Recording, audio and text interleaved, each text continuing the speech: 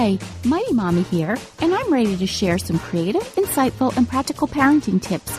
I'm your host, Cheryl Butler. If you have more than one child, I bet hardly a day goes by when you're not refereeing some type of argument, such as, Mom, he just pushed me and made me ruin my Lego tower, or she wore my favorite sweater to school without asking. Aren't you going to punish her? And so on. Do these irritating exchanges sound familiar? You are certainly not alone. In our household of 8 kids, it wouldn't be the norm if one of them weren't antagonizing another. I'm going to share 5 tips that will help you to squash sibling squabbles and create a lot more peace around your home. My first tip is to set peaceful standards in advance. If you constantly fall victim to sibling fights and nagging without any positive outcome, fear not. There is still time to change.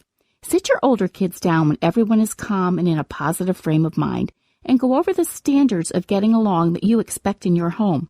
Include topics like name-calling, pushing or hitting, tattling, stealing toys, and anything else you want addressed. Be specific in letting them know that you cannot referee every problem that arises, so they will have to learn to figure things out amongst themselves or face penalties, such as losing toys or privileges, doing more chores, etc. For kids under age 4, keep it simple and clear. For an example, you and Katie have to share your toys. If either of you grabs a toy without asking, Mommy will have to take the toy away from both of you until you can take turns nicely. I tried this tactic on and off for a couple of years without great success. However, the moment I changed how I reacted when there was a squabble, I got their full attention. What did I do differently? I simply stayed calm and didn't raise my voice or get flustered and followed through on any punishments. Consistency of your emotional reaction and handling of these situations is absolutely key. Tip number 2, teach your children how to avoid negative situations. Many times, prevention is the best way to avoid unnecessary fighting.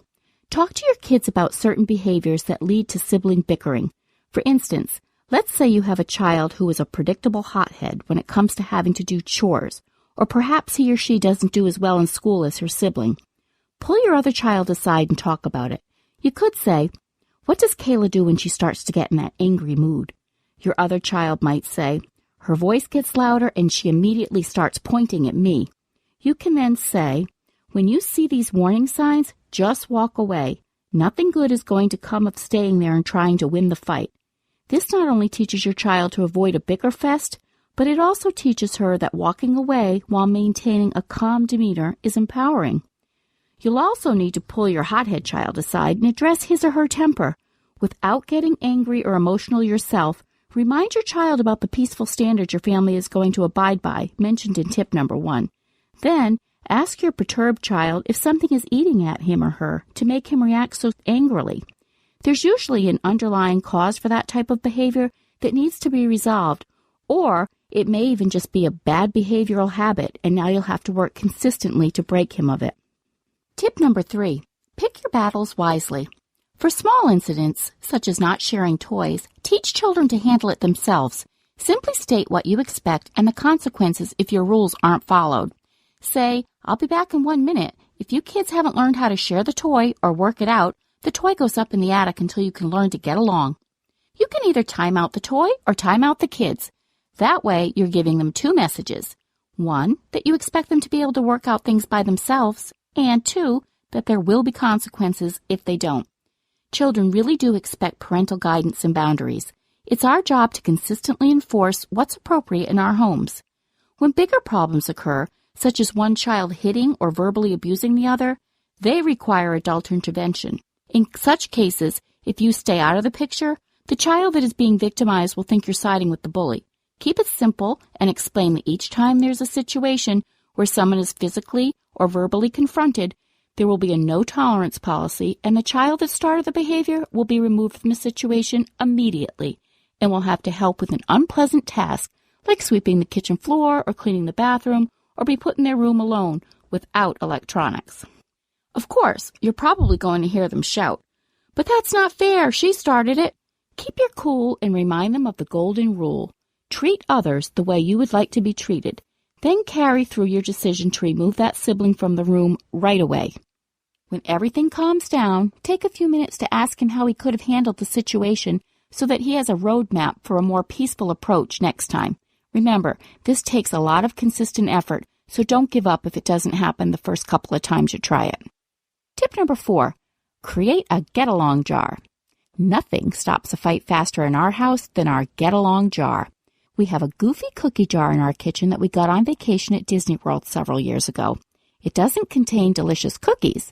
Instead, it holds about 20 index cards with suggestions from my husband and I for ways the kids can show their appreciation towards one another. Some of these suggestions are, I can show my brother how much I love him by doing his chore for 2 weeks, or I will pack my sister's favorite lunch every day for the rest of the week. You can be as creative as you want with these suggestions. Once a sibling fight starts, simply remind them that if they don't work it out, you'll select an item for them from the get-along jar to help them. Watch how quickly the fight gets resolved when you do this. And tip number 5, praise them when you see them getting along. Try to catch and praise your children when they are treating each other nicely.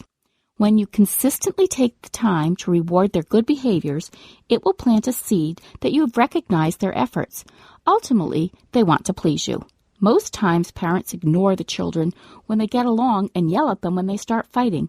In this way, they're giving the poor behavior attention and ignoring the really good behavior. But that's exactly wrong. We must heap attention on the good habits to reinforce them.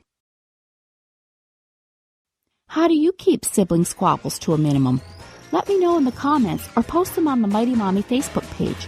You can also connect with me on Twitter at Mighty Mommy or email me at mommy@quickanddirtytips.com.